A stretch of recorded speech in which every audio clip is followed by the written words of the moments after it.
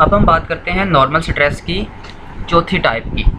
और जो चौथी टाइप थी वो हमने पीछे देखा था कि नॉर्मल स्ट्रेस की जो फोर्थ टाइप है वो है सरफेस प्रेशर। और जैसा कि हमने स्टार्ट में ही कहा था कि सरफेस प्रेशर जो है वो स्ट्रेस की ही एक टाइप है। तो चलिए देखते हैं कि सरफेस प्रेशर जो है वो क्या होता है। अगर किसी भी जिस्म के यूनिट एरिया पर कोई नॉर्मल फोर्स अमल करे तो उसे प्रेशर कहते हैं। अब आप कहेंगे कि ऐसा ही केस तो हमने जो है वो कंप्रेसिव स्ट्रेस के केस में भी देखा था, लेकिन ज़रा देखिए कि यहाँ पे दो इक्वल फोर्सेस दोनों तरफ से एक्ट कर रही हैं, तो इसे आप कंप्रेसिव स्ट्रेस बोलेंगे। लेकिन यहाँ पे अगर हम देखें तो सरफेस प्रेशर के केस में प्रेशर एक ही साइड पे एक्सर्ट किया जा रहा है। तो सरफेस प्रेशर भी जो है वो एक स्ट्रेस ही है, लेकिन ये हमेशा पॉजिटिव होता है और ये हमेशा कंप्रेसिव होता है। तो स्ट्रेस जो है वो एक बड़ा टॉपिक है और सरफेस प्रेशर उसका एक सब टॉपिक है। अब तक हम जो है वो स्ट्रेस की एक टाइप को मुकम्मल तौर पर देख चुके हैं, इसे फिर से देखते हैं। स्ट्रेस की तीन मेन टाइप्स में से पहली टाइप नॉर्मल स्ट्रेस थी। नॉर्मल स्ट्रेस की मज़ीद टाइप्स हमने देखी, एक को लॉन्गिट्यूडिनल स्ट्रेस कहते हैं या एक्सियल स्ट्रेस कहते हैं, एक को बेंडिंग स्ट्रेस, एक को वॉल्यूमेट्रिक स्ट्रेस कहते हैं और एक को सरफेस प्रेशर कहते हैं। लॉन्गिट्यूडिनल स्ट्रेस की हमने दो टाइप्स देखी, अगर लंबाई में इजाफा हो तो टेंसाइल स्ट्रेस कहते हैं और अगर लंबाई में कमी आए तो कंप्रेशन बोलते हैं। याद रखें कि टेंसाइल स्ट्रेस पॉजिटिव होती है और कंप्रेशन जो है वो नेगेटिव होती है। बेंडिंग स्ट्रेस के केस में भी हमने देखा कि जो ब्रिज है या जो बॉडी है वो बेंड होती है, उसकी एक साइड में टेंशन आ जाती है, यानी कि उसकी एक साइड में लंबाई में इजाफा हो जाता है और दूसरी साइड में लंबाई में कमी यानी कि कंप्रेशन आ जाती है। और आपको पता है कि टेंशन पॉजिटिव होती है और कंप्रेशन जो है वो नेगेटिव होती है, या अगर आप कंप्रेशन को पॉजिटिव लेते हैं तो फिर टेंशन क्या होगी, नेगेटिव होगी। तो चलिए अब हम बात करते हैं स्ट्रेस की दूसरी बड़ी किस्म की। हमने एक बड़ी किस्म को देख लिया, अब हम दूसरी बड़ी किस्म को देखते हैं और उसका नाम है शियर स्ट्रेस। ये शियर स्ट्रेस थोड़ा इंपॉर्टेंट टॉपिक है, इसे देखते हैं शियर स्ट्रेस क्या होती है। यहाँ हमारे पास एक फिगर है, ये मेरे पास एक क्यूबॉइड है। क्यूब और क्यूबॉइड में फ़र्क हम जानते हैं, क्यूब की 6 साइडें बराबर होती हैं, यानी कि क्यूब की सारे अतराफ लंबाई चौड़ाई और ऊंचाई सब कुछ बराबर होता है, जबकि क्यूबॉइड में लंबाई चौड़ाई और जो हाइट है, लेंथ विड्थ और हाइट इक्वल नहीं होती। तो ये मेरे पास एक क्यूबॉइड है। अगर इस क्यूबॉइड के इस सरफेस को फिक्स रखा जाए, ये वाली जो सरफेस है यहाँ लिखा भी हुआ है फिक्स सरफेस, इसको आप किसी कील वगैरह में गाड़ दें और ऊपर वाली जो सरफेस है उस सरफेस के पैरेलल एक फोर्स लगाएं। ज़रा देखें, इस एरिया के पैरेलल एक फोर्स लग रही है, ये एरिया है, इस एरिया की साइड भी यही है और इस एरिया के पैरेलल एक फोर्स अमल कर रही है। तो ऐसी फोर्स जो किसी एरिया के पैरेलल अमल करे, उसकी वजह से जो स्ट्रेस प्रोड्यूस होगा वो कौन सा स्ट्रेस होगा, टेंजेंशियल स्ट्रेस कहेंगे उसे या फिर शियर स्ट्रेस। तो ज़रा फ़र्क समझ लीजिए, नॉर्मल स्ट्रेस में जो फोर्स है वो एरिया के परपेंडिकुलर अमल करती थी और शियर स्ट्रेस में जो फोर्स है वो एरिया के पैरेलल अमल करती है। अब जाहिर सी बात है कि जो शियर स्ट्रेस है वो उसने इस क्यूबॉइड की शेप को बिगाड़ दिया है।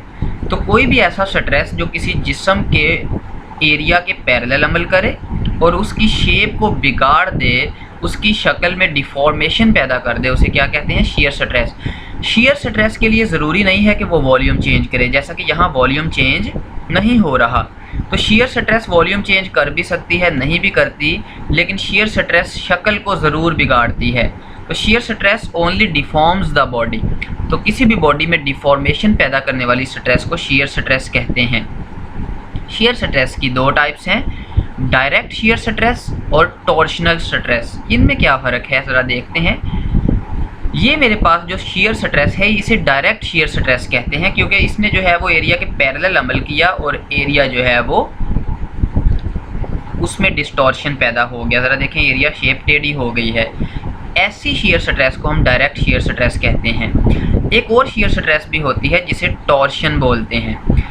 अगर जो है वो मेरे पास कोई सिलेंडर हो और उसके ऊपर टॉर्क अमल करे तो उस टॉर्क की वजह से जो स्ट्रेस होगा उसे टॉर्शनल स्ट्रेस कहते हैं। टॉर्शनल स्ट्रेस जो है वो इनडायरेक्ट स्ट्रेस होती है और ये जो है वो किसी भी चीज़ में ट्विस्ट पैदा कर देती है। Torsion is the twisting of an object. Twist का मतलब है बल खाना, ये किसी चीज़ को बल खिला देती है, घुमा देती है। तो अगर किसी भी एरिया के ऊपर टॉर्क अमल करे तो उसकी वजह से जो स्ट्रेस उस एरिया के ऊपर अमल करेगा उसे क्या कहेंगे, टॉर्शनल स्ट्रेस कहेंगे।